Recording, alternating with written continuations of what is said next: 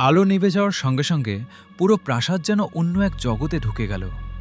রতুল অন্ধকারে হাতড়ে আশফাকের কাঁধ চেপে ধরল। স্যার, এই কণ্ঠটা আপনি শুনলেন? আশফাক শান্ত স্বরে বললেন, হ্যাঁ, আর এটা ভয় দেখানোর জন্য ইচ্ছাকৃতভাবে করা হয়েছে। দূরে কোথাও ধীরে ধীরে দরজা বন্ধ হওয়ার শব্দ হল। ধড়াম। প্রাসাদের পুরনো দেয়ালগুলো যেন কেঁপে উঠল। রতুল টর্চ জ্বালাতে গিয়েও থেমে গেল। স্যার, আমার ফোনে নেটওয়ার্ক নেই। স্বাভাবিক, আশফাক বললেন। কেউ চায় না আমরা বাইরে যোগাযোগ করি। ঠিক তখনই উপরের বারান্দা থেকে ফিসফিস শব্দ ভেসে এলো। নিচে যেও না। রতুল টর্চের আলো ফেলতেই বারান্দায় সাদা কাপড়ে ঢাকা একটি অবয়ব দেখা গেল। মুহূর্তের মধ্যেই সেটি অদৃশ্য। কে ওখানে? রতুল চিৎকার করল। কোনো উত্তর নেই। কিন্তু কয়েক সেকেন্ড পর নিচতলার মেঝেতে টুপ করে কিছু পড়ল। আশফাক এগিয়ে গিয়ে দেখলেন একটি পুরনো চাবি। চাবির সঙ্গে বাঁধা ছোট্ট ট্যাগে লেখা কক্ষ 17। রতুল অবাক হয়ে বলল, প্রাসাদে কি 17 নম্বর কোনো কক্ষ আছে?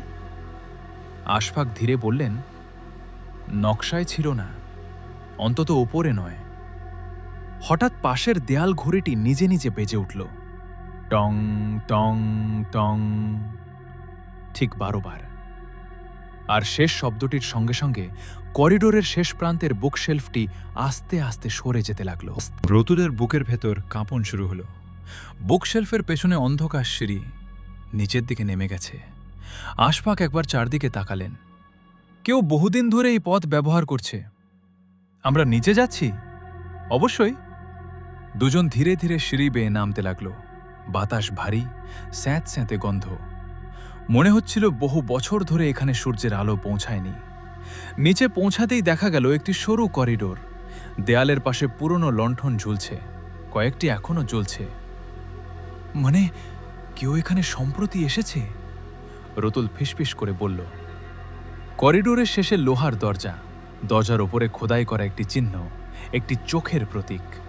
আশফাকের মুখ কঠিন হয়ে গেল। আমি এই চিহ্ন আগে দেখেছি। কোথায়? মালেকার ডায়েরির শেষ পাতায়।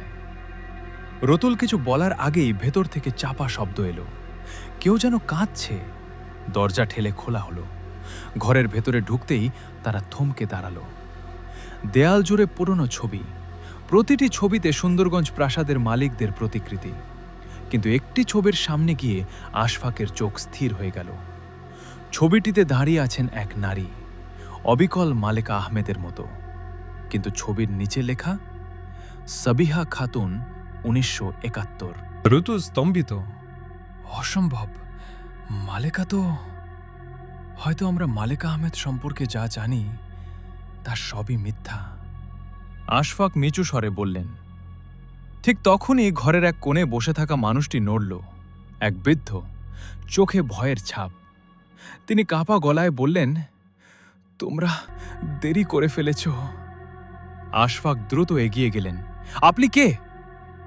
বৃদ্ধ সরাসরি উত্তর দিলেন না। তিনি কেবল বললেন, ওরা আবার শুরু করেছে। ওরা কারা? বৃদ্ধ কাঁপা হাতে দেয়ালের ছবিগুলোর দিকে ইশারা করলেন। এই প্রাসাদের মানুষ কেউ মারা যায় না, তারা ফিরে আসে। রতুলের গলা শুকিয়ে গেল। স্যার। হঠাৎ ঘরের সব লণ্ঠন একসঙ্গে নিভে গেল। চারদিকে অন্ধকার। এরপর ভেসে এলো ধীর পায়ের শব্দ। টক টক টক। কেউ একজন করিডোর দিয়ে তাদের দিকে এগিয়ে আসছে। আর অন্ধকারের ভেতর সেই একই নারীকণ্ঠ আবার শোনা গেল। আশফাক, তুমি সত্যের খুব কাছে চলে এসেছ। তারপর একটি গুলির শব্দ।